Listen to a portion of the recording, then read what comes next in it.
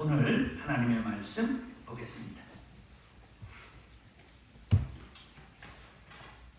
출애굽기 28장 1절로 8절 말씀 교독할까요? 제가 한 절, 여러분들 한 절 읽겠습니다. 출애굽기 27장 1절로 8절. 너는 조각목으로 길이가 5규빗, 너비가 5규빗의 제단을 만들 때 네모 반듯하게 하며 높이는 3규빗으로 하고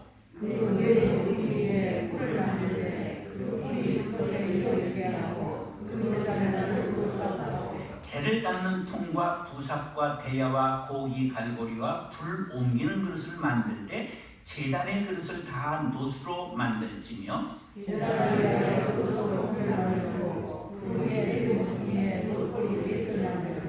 그물은 제단 주위 가장자리 아래 곧 제단 절반에 오르게 할지며 또 제단을 위하여 채를 만들되 조각목으로 만들고 노수로 쌓지며 제단 양쪽 고리에 그 채를 꿰어 제단을 4개 할지며 제단을 여러 하는 것이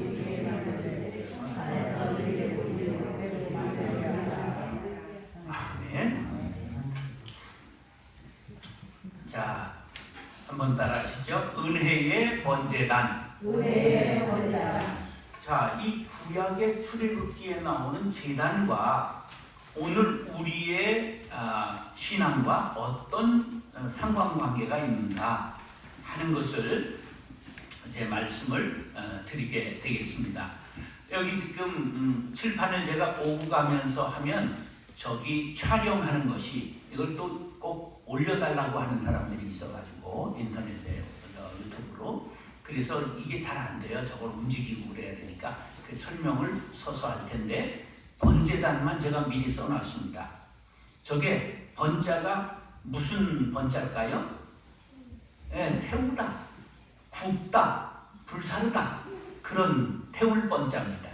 그리고 제단 제사할 때 제자죠. 단자는 바로 단상 할 때 단자입니다. 그래 이제 번제단인데 번제단은 뭐 하는 곳이냐 하면 희생 제물을 잡아서 불태워 하나님이 갈비를 좋아하실까? 너비 부위를 좋아하실까? 하나님은 뭘 받으시는 걸까? 향기를 받으시는 거예요. 하나님은 그 향기를 받으시는 거고 그리고 그것을 하나님 앞에 올려드리는 거예요. 그런데 참 재미있는 게 있는데 히브리 말로 번제가 올라 그렇습니다. 연기가 어떻게 해요? 올라간다 그런 뜻이에요. 올라의 뜻이 뭐라고요? 히브리어로?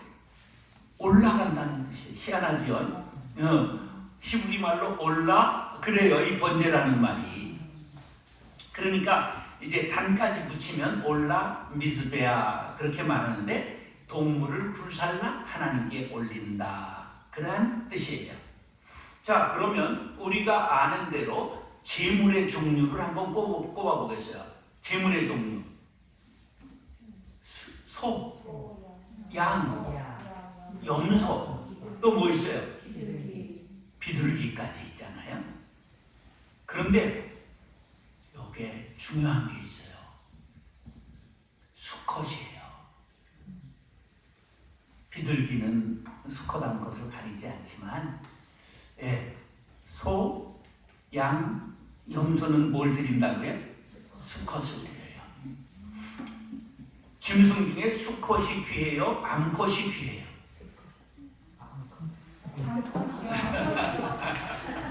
네, 다 귀해요. 왜 그러냐면 수컷이 귀하지만 수컷은 종족 보존을 위해 소수만 필요하고요. 암컷은 알을 낳아야 되고 암컷은 새끼를 낳아야 되니까 많이 필요해요. 그래서 어떻게 보면 수컷이 불쌍하고 어떻게 보면 수컷이 닭만 해도 하나가 10마리 이상을 거느리잖아요. 그래서 그게 부러우면 닭을 하면 되겠죠. 네, 그러니까 그런데 여러 가지로 생각해 볼 수 있는데 암소나 암양이나 암염소를 제물로 드린다면 씨가 마르잖아요. 그러니까 제물 속에도 하나님의 배려하심이 담겨 있다. 그런 거죠. 자, 그런데 번제단을 무슨 재료로 만든다고 오늘 1절에 나와요?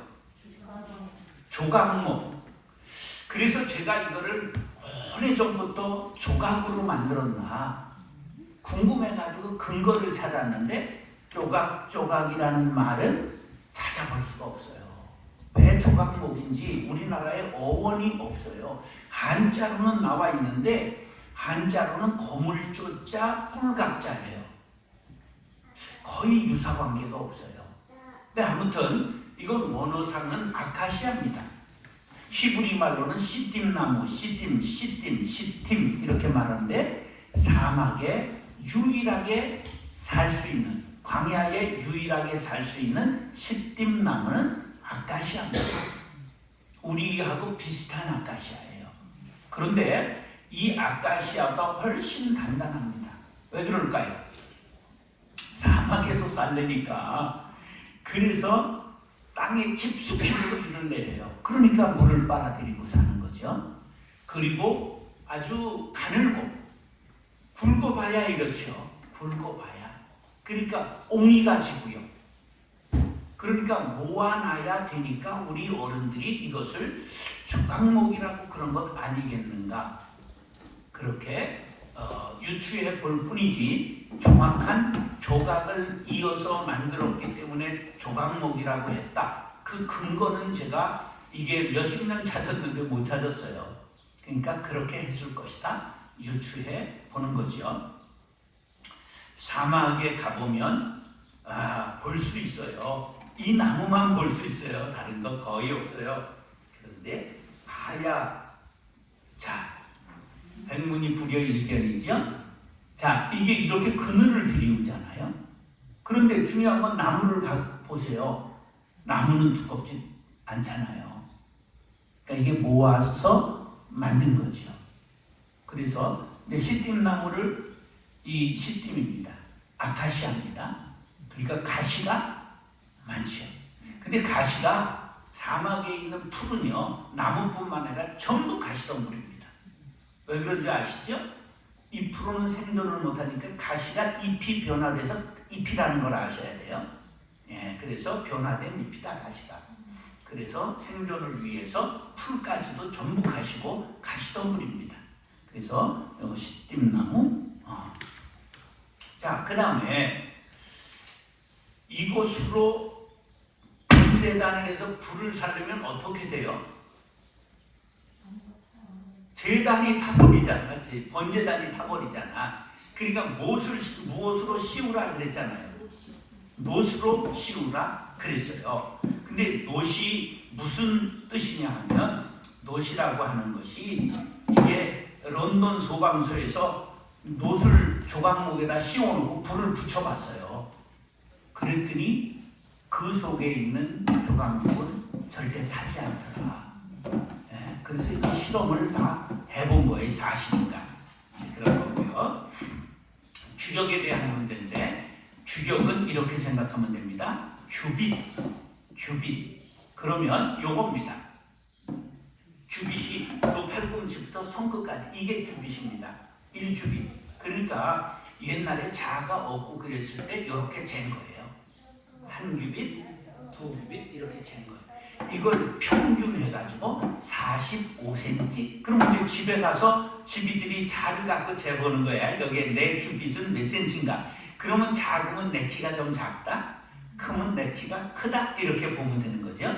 그런데 이제 혹시 왕의 규빗이라고 하는 게 책을 보다가 보면 있어요. 왕궁의 규빗은 50cm로 썼다, 이런 기록이 있으나 하여간 평균 45cm를 치면 됩니다. 그러면 지금 크기를 알 수 있잖아요. 지금 너비가, 길이가 각각 5규빗이라고 그랬어요. 5를 곱하면 얼마냐? 225cm입니다. 그러니까 요 사각형짜리인데 한 면이 225cm예요. 2m 25. 자, 그러면 대강 상상이 가시죠? 네, 지금 저 뒤에 있는 상이 탁자가 길이가 2m 10짜리예요. 그러니까 저거보다 조금 한 뼘 더 긴 겁니다. 그래서 네모 반듯하게 만들었다. 그런데 높이는 얼마라고 그랬어요? 3규빗이라고 그랬어요. 높이는 135. 그러니까 제가 172거든요. 그러니까 요 정도 되는 거예요. 제 키에서 요 정도 높이가. 그러니까 높이가 이 정도 돼요. 자, 이제 그래서는 상상이 잘 안 가요. 그림을 보여드리겠습니다. 모양은 네 모퉁이에 뭐를 달라고 그랬어요? 뿔을 달라고 그랬어요. 그리고 그 가운데 노수로 만든 뭐를 치라고 그랬어요? 잘 보세요. 무슨 뭐가 나올까? 자, 4절 보세요. 제단을 위하여 노수로 그물을 만들고 그랬어요. 그물이 있는 거예요. 왜? 태우니까 밑으로 뭐가 떨어져요? 재가 떨어질 수 있도록 석쇠, 구이할 때 석쇠를 생각하시면 되는 거예요. 그물을 쳤어요. 그리고 이동용이기 때문에 이게 왜냐하면 성막을 지금 얘기하는 겁니다. 사막에서 40년간 유대 광야를 지내오면서 이동용이었기 때문에 고리를 만들어다 이동용, 채를 뜻하는 겁니다. 그 다음에 채를 만들어라. 그렇게 말했어요. 자, 보여드리겠습니다. 자, 한 면의 길이는 얼마라고요? 225. 여러분들 주보 정면에 오늘 만들어 놨어요. 보시죠. 주보 찾으셨어요? 예, 뭐 그림이 나와 있는 거예요.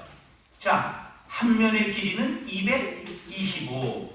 그 다음에 높이는 135. 그렇게 되는. 그리고 그 다음에 고리 4개 만들고 뿔 4개 만들었죠. 그리고 꿰채가 2개가 들어가서 장정들이 그것을 메고 행진하는 겁니다. 자, 그리고 그물이 왜 있는지 이해가 가시죠? 예, 태우는 거니까. 그래서 제가 떨어져야 되니까. 그래서 이제 이렇게 돼 있는 거예요. 요거는 법궤예요. 법궤. 이거는 지금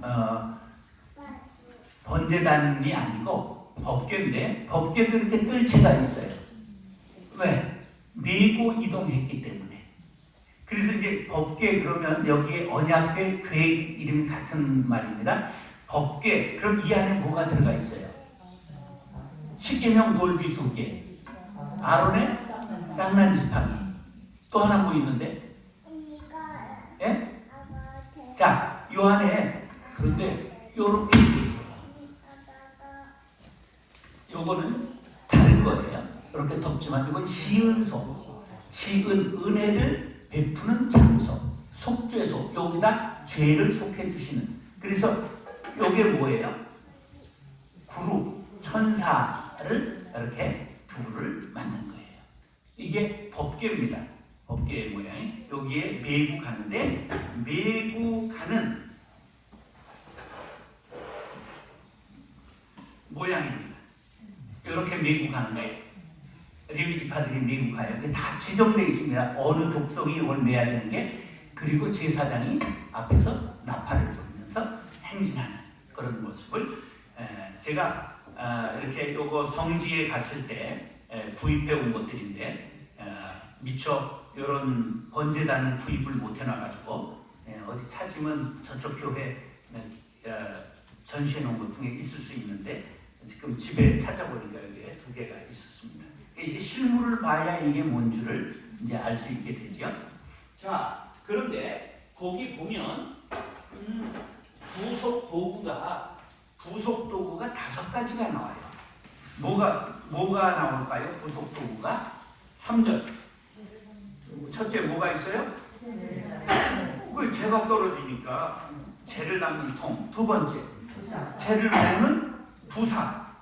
그 다음에 대야. 그 이제 내장을 다 끌어내야 되고 담아야 되고 물 담아야 되니까. 그 다음에 고기, 갈고리. 그 다음에 불을 옮기는 그 5가지가 요 부속품으로 이거 함께 늘 이동하게 되어 있습니다. 요거를 갖고 이동하는 담당자들이 전부 정해져 있었습니다. 자, 그러면 시각적으로 이렇게 이제 번제단이 어떤 것인가 하는 것을 말씀을 드렸습니다. 그러면 이것이 왜 우리에게 번제단이 은혜의 제단이 되는가 하는 것을 이제 말씀을 드리려고 합니다. 따라서 은혜의 제단. 은혜의 제단. 자, 조각목이 백향목 같은 거예요? 멋있는 자작나무 같아요? 볼품이 없지요? 볼품이 없어요. 가시가 있어요. 옹이가 있어요. 가늘어요. 불에 약해요. 이건 뭘 뜻하냐면 따라서 인간의 모습, 나의 모습. 따라서 내가 조각목입니다. 그러니까 하나님은 조각목 같은 나를 사용하시는 거예요. 그걸 감사해야 되죠. 그런데 거기에다 뭘 입혀요? 놋을 입혀야 돼요. 놋은 뭘 뜻하냐면 첫째로는 힘을 뜻해요. 놋은 힘, 놋의 힘. 그 다음에 심판을 뜻해요. 그래서 이건 뭘 뜻하냐면 우리 대신 심판 받으시고 승리하신 예수 그리스도를 상징해요.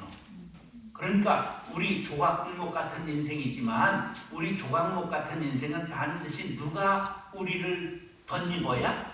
바로 예수를 덧입어야 우리는 마귀의 불같은 시험을 이기고 승리할 수 있습니다. 할렐루야. 그 말씀을 여기에서 찾아내야 이것이 은혜의 번제단이 되는 것이죠. 자, 1절 2절 한번 그런 생각을 가지고 읽겠습니다. 시작. 너는 조각목으로 길이가 5규빗, 너비가 5규빗의 제단을 만들 때 네모 반듯하게 하고 높이는 3규빗으로 하고 그 네 모퉁이 위에 뿔을 만들 때 그 뿔이 그것에 이어지게 하고 그 제단을 놋으로 싸고. 자, 그러니까 번제단은 내 대신 속죄물이 대속물이 죽는 자리예요. 소와 양과 염소와 비둘기가 내 대신 죽는 자리가, 그럼 내 대신 희생하신 어린 양은 누구예요? 예수 그리스도가 죽으신 곳이 번제단이에요. 그러니까 알고 보니까 번제단은 십자가를 뜻하는 거예요. 은혜의 번제단은 알고 보니까 예수 그리스도가 돌아가신 십자가를 뜻하는구나.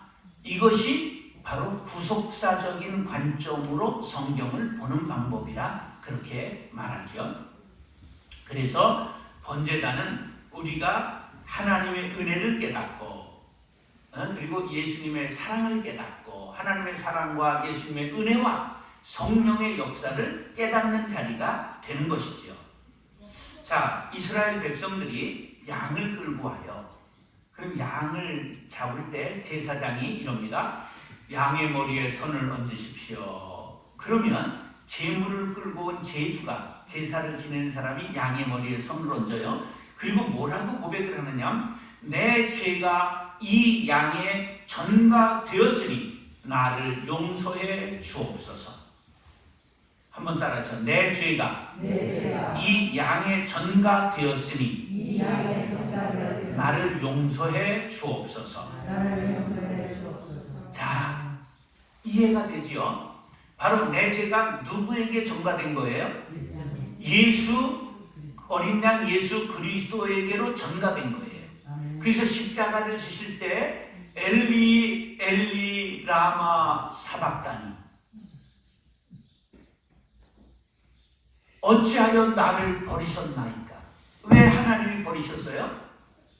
모든 우리의 죄가, 인류의 죄가 누구에게 주어졌기 때문에 예수님의 양 어깨에 전부 짊어지셔서 하나님이 그때 외면하셨다, 그런 말이에요. 하나님이 그 죄를 보고 그래서 그렇게 처절하게 절규하며 돌아가신 것이다. 그래서 바로 번제단은 값없이 공로 없이 무조건적으로 우리가 죄사함 받고 은혜 받은 자리를 바로 구약에서는 번제단, 그렇게 말하는 것입니다.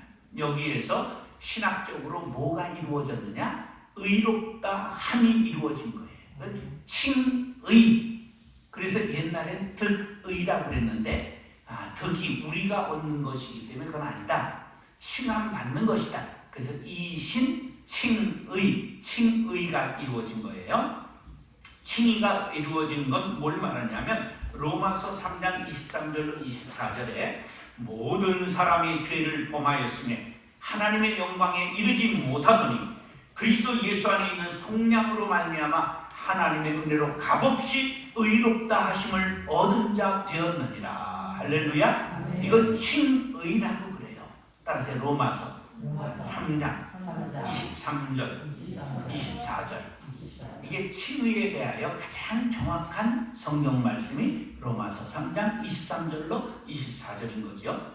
자, 그러면 칭의가 이루어지면 우리가 뭐가 되느냐? 새로운 피조물이 되는 거예요. 이전 것은 지나갔으니 보라 새 것이 되었도다. 할렐루야. 우리가 예수님의 공로로 우리가 의롭다 하심 받고 새 사람 된 것을 믿으시면 아멘 하시기 바랍니다. 아멘. 자격도 행위도 공로도 없이 구원받은 우리들, 이것을 은혜라고 말하는 것입니다. 그래서 바로 이 번제단은 은혜의 번제단입니다. 이렇게 말씀을 드릴 수 있는 것입니다. 자, 두 번째, 따라서 숫자의 비밀. 오늘 본문의 숫자가 계속해서 나와요. 무슨 몇이라는 숫자가 나올까? 5, 그 다음에 3, 그 다음에 네모, 그런 것들 나오죠. 오늘 5, 3, 4이 나와요. 그 동그라미 치면 5, 3, 4이 여러 번 나와요. 자, 그러면 숫자의 상징이 성경을 이해하는데 중요하거든요. 자, 1은 무슨 수예요? 하나님의 수, 유일신, 유일하신 하나님. 2는 뭐예요? 2는 증인의 수라고 말해요. 반드시 증인을 세울 때 몇 명을 세워야 돼요? 2명. 회의를 할 때 혹시 동의합니다. 그러면 한 사람이 제청합니다. 그래야 그 안이 성안되는 거예요. 그래 다룰 수 있는 게 되는 거예요. 마찬가지로 2사람이 있어야 되는 거예요.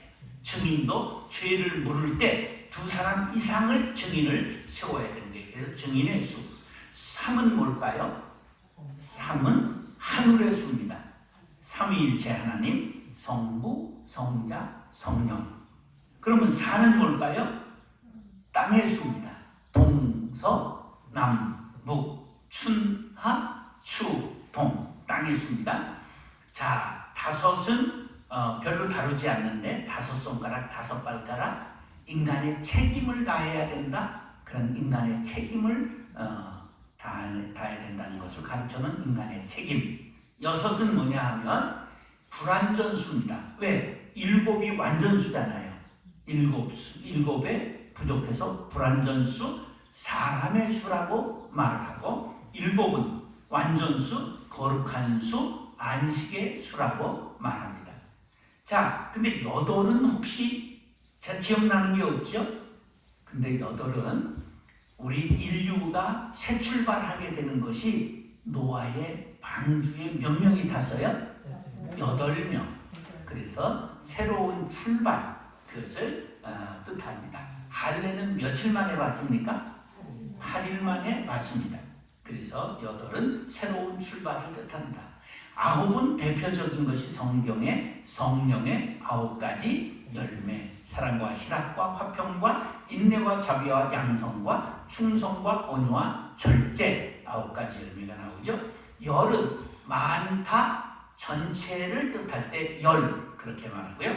그 다음에 12제자, 12지파, 그건 완성된 수를 말합니다. 12를. 왜냐하면 하늘의 수 3과 땅의 수 4, 3, 4, 12. 그래서 완성된 숫자를 12라 한다.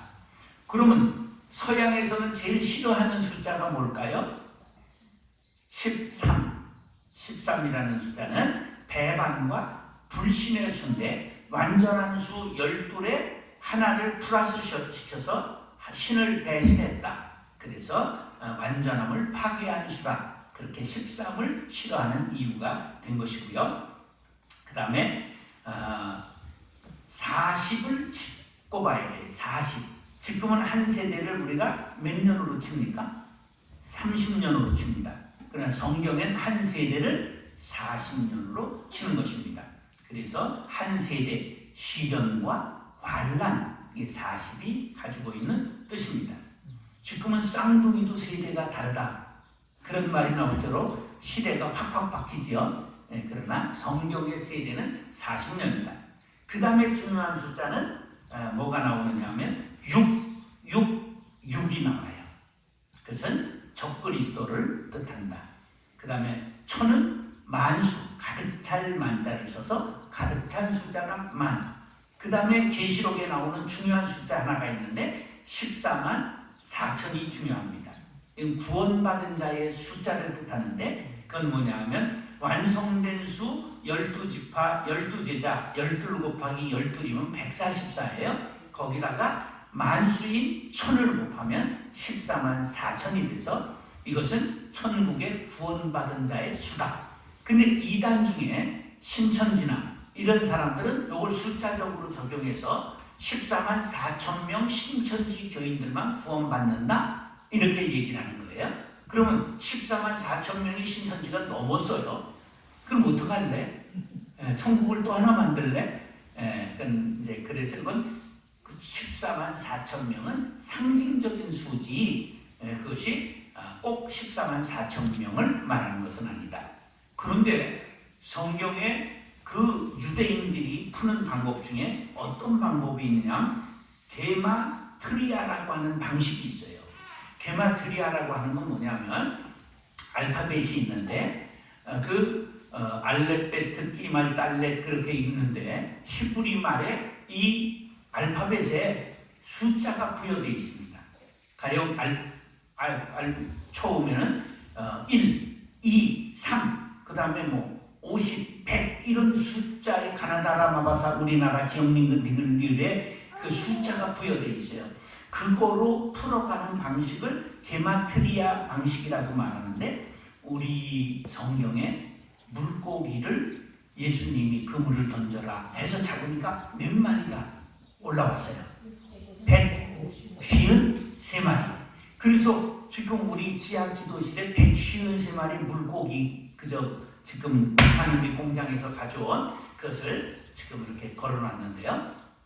그것을 더해보니까 무슨 말이 되느냐 하면 히브리 말로 하나님의 아들들이라는 것을 푸니까 153이 돼요.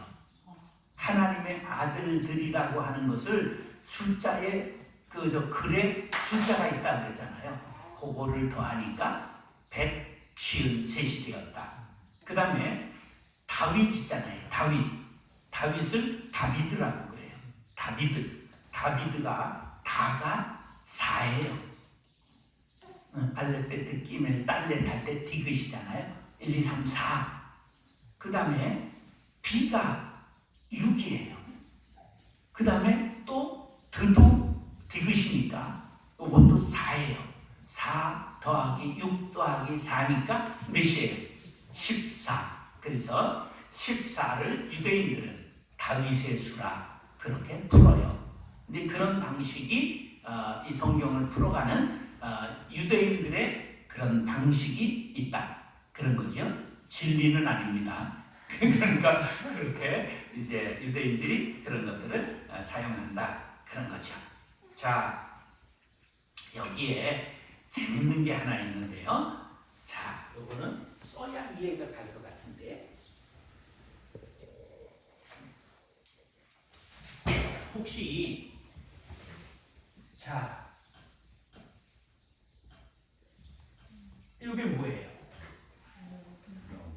이게 뉴스, 소식이라는 뜻이잖아요.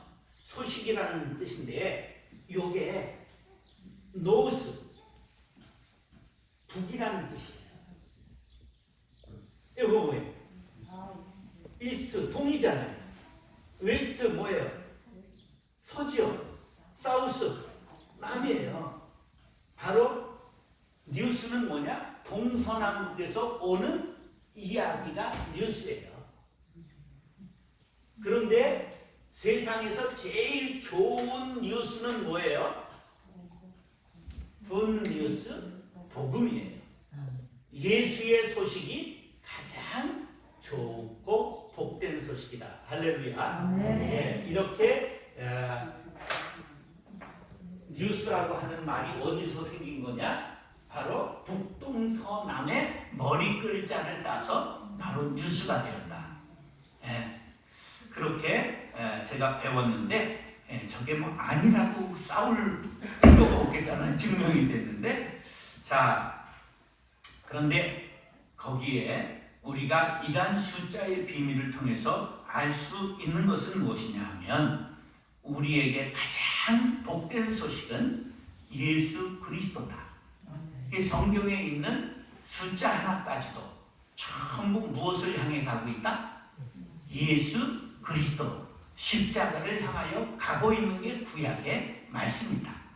구약은 필요 없는 것이 아니라 바로 예수 그리스도를 증거하기 위해서 미리 예시해 준 하나님의 계시다. 할렐루야. 이것이 숫자에 담겨있는 비밀임을 꼭 기억하시기 바랍니다. 마지막으로 한번 따라하시죠. 보조기구의 영적 의미. 자, 보조기구가 몇 개 있다고 그랬어요? 5개 있다고 그랬잖아요. 3절에 보세요. 재를 담는 통이 있잖아요. 자, 재에 대해서 먼저 생각해 봐요. 제사장이 입고 있는 옷이 검은 옷이에요? 하얀 옷이에요? 하얀 옷이에요. 그러면 재가 풀풀 날리면 제사장이 어떻게 돼요? 이게 다 건더기 묻잖아요. 그러니까 재를, 불결한 재를 어떻게 했을까? 진 밖에 버렸어요. 진 밖에, 진영 밖으로 멀리 갔다가 버렸습니다. 그래서 그 통에 바로 이 재를 담는 통이 있잖아요. 재를 담는 통에 뚜껑이 있었어요. 이렇게 우리 청소 쓰레받기 있잖아요. 쓰레받기 중에 뚜껑이 있는 쓰레받기였다 그런 얘기예요. 그래서 그걸 어디 갖다 버렸다? 진 밖에, 진영 밖에다가 갖다 버렸어요. 그리고 이게 재는 불결을 상징하잖아요. 이게 히브리서 13장에 가면 무슨 말씀이 되느냐 하면 우리도 그의 치욕을 짊어지고 영문 밖으로 나아가자. 예수님이 어디에서 십자가에 달리셨어요? 성문 밖에, 영문 밖에서 십자가에 달리셨단 말이에요. 우리의 죄를 멀리 가져가 버리셨다 그런 거예요. 그래서 우리도 그의 십자가를 지고 가정의 십자가, 가정의 죄, 이웃의 죄, 민족의 죄를 지고 영문 밖으로 나아가는 그리스도인들이 되어야 한다. 할렐루야. 네. 여기에 적용을 하면 좋은 예언거리가 있어요. 스펄전이라고 하는 분은 목회자의 황제라고 불릴 만큼 너무 설교를 잘하고 많이도 하셨고 훌륭한 분인데 그분에게 어떤 여자분 열심히 있는 분이 와서 이렇게 물었어요. 목사님, 문제없는 교회를 하나 소개해 주십시오. 그렇게 얘기를 했어요. 그랬더니 문제없는 교회가 혹 있을지는 모르는데 있다고 해도 당신 같은 사람이 등록하는 순간 그 교회가 문제가 생깁니다. 그러니까 문제없는 교회는 있을까? 없어요. 내가 문제가 없어야 그 문제가 사라지는 거죠. 그러니까 우리가 죄와 같은 인생이에요. 그렇기 때문에 언제나 제일 중요한 건 바로 죄를 담는 통에 뭐가 있었다? 뚜껑이 있었다. 뭘 닫아라? 뚜껑을 닫아라. 그거를 뭐라고 해요? 셧다 마우스라고 말합니다. 입에 입을 닫아라. 그런 거예요. 그래서 성경 말씀에 허물을 덮어주는 자는 사랑을 구하는 자요. 그것을 거듭 말하는 자는 친한 것을 이간하는 자니라. 잠언 17장 9절 말씀입니다. 할렐루야.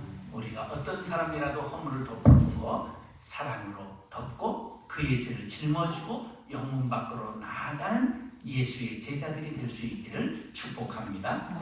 그 다음에 두 번째가 뭐가 나왔어요? 부사. 이 죄를 긁어 모아 담는 삽을 말하는 거죠. 그리고 통에다 넣었다 그런 말이에요. 이것은 무슨 뜻이냐 하면 바로 죄를 깨닫게 하고 바로 그것을 남을 잘 불이 타도록 부삽으로 이렇게 쑤셔거려 가지고 공기가 통하게 하는 역할도 했다. 그래서 화목하게 하는 역할 이렇게 해석을 합니다. 세 번째는 뭐가 있었다고요?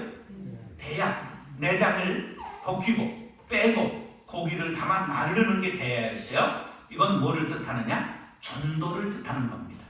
복음을 전파하는 역할, 예수의 피를 뿌리는 것이 복음을 전파하는 것입니다.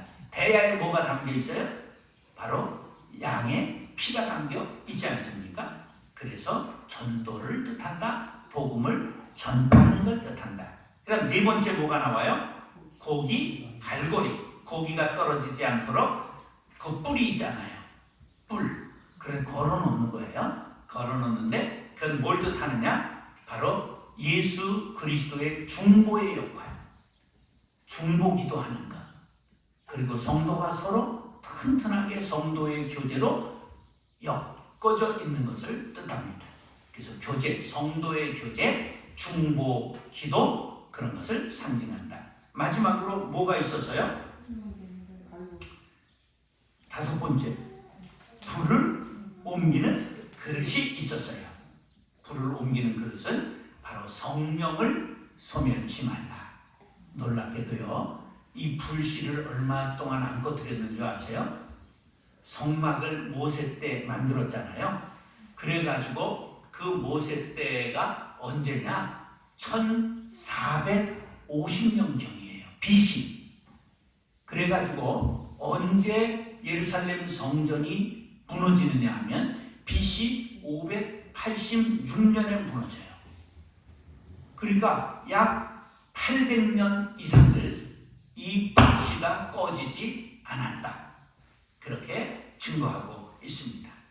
여러분, 가정의 기도의 불, 성령의 불, 교회의 기도의 불, 성령의 불, 우리가 해마루 마을을 위해서 기도하고 가족들을 위해서 자녀들을 위해 기도하고 또 나라를 위해 민족을 위해 기도하는 기도의 불씨를 여기는 통일을 위해서 통일 기도의 집으로 세운 그런 해마루 광성교회입니다. 기도하실 때마다 민족이 싸우지 않고 평화 통일을 하게 해 주십시오. 전쟁 없이 피 없이 예수 그리스도의 보혈로 하나 되는 이 나라, 이 민족이 되게 하여 주옵소서. 기도해 주시기를 바랍니다.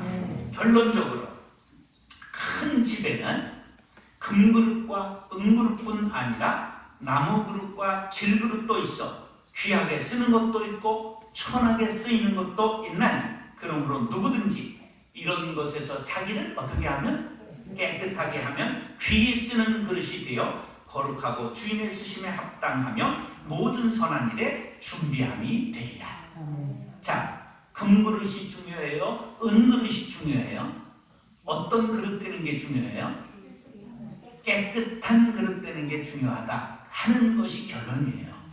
그러니까 여러 가지 우리가 도구가 되는데 하나님 나를 깨끗한 그릇으로 사용하여 주옵소서. 아멘. 내가 거룩한 사람 되게 하여 주옵소서. 아멘. 내가 순결한 사람 되게 하여 주옵소서. 아멘. 그래서 거룩은 뭐냐? 깨끗함이에요.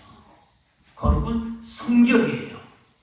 그래서 제일 힘 있는 건 막 돈 많고 권력 있는 것이 아니라 어떤 사람이 제일 힘 있는 것이다? 거룩한 사람, 깨끗한 사람, 순결한 사람이 제일 힘 있는 것입니다. 그러므로 우리는 거룩의 힘을 믿습니다. 순결의 힘을 믿습니다. 깨끗함의 힘을 믿습니다. 깨끗한 예수 그리스도의 보혈로 죄사함 받은 그리스도인들이 될 수 있기를 예수님의 이름으로 축원합니다.